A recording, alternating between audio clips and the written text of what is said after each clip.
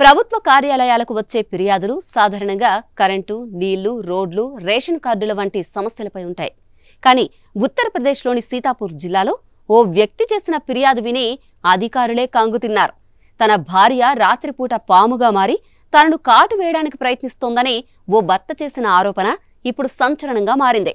మహమూదాబాద్ పరిధిలోని లోత్సా గ్రామానికి చెందిన మెరాజ్ అనే వ్యక్తి సమాధాన్ దివస్ అంటే ప్రజావాణి కార్యక్రమంలో భాగంగా జిల్లా మెజిస్ట్రేట్ను కలిశాడు.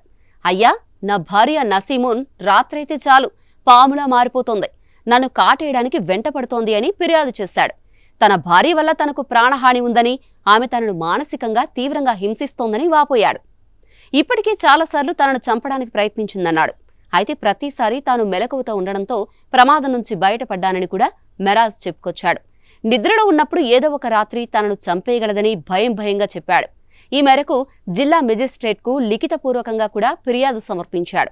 ఈ వింత ఫిర్యాదుతో ఆశ్చర్యపోయిన జిల్లా కలెక్టర్ వెంటనే దీనిపై విచారణ చేపట్టాలని సబ్ డివిజనల్ మెజిస్ట్రేట్ పోలీసుల్ని ఆదేశించారు. పోలీసులు చేసేది లేక దీన్ని మానసిక వేధింపుల కోణంలో దర్యాప్తు ప్రారంభించినట్టు సమాచారం. ఈ విషయం సోషల్ మీడియా ప్లాట్ఫామ్ ఎక్స్లో వేగంగా వైరల్ అయింది. నెటిజన్లు దీనిపై సరదాగా కామెంట్స్ చేస్తున్నారు. ఆమె ఇంకెంతమందిని కరుస్తుందో ఏమో అని ఒకరు వ్యాఖ్యానించగా, ఏమైనా నాగమణి దాచిపెట్టావా అని మరొకరు చమత్కరించారు.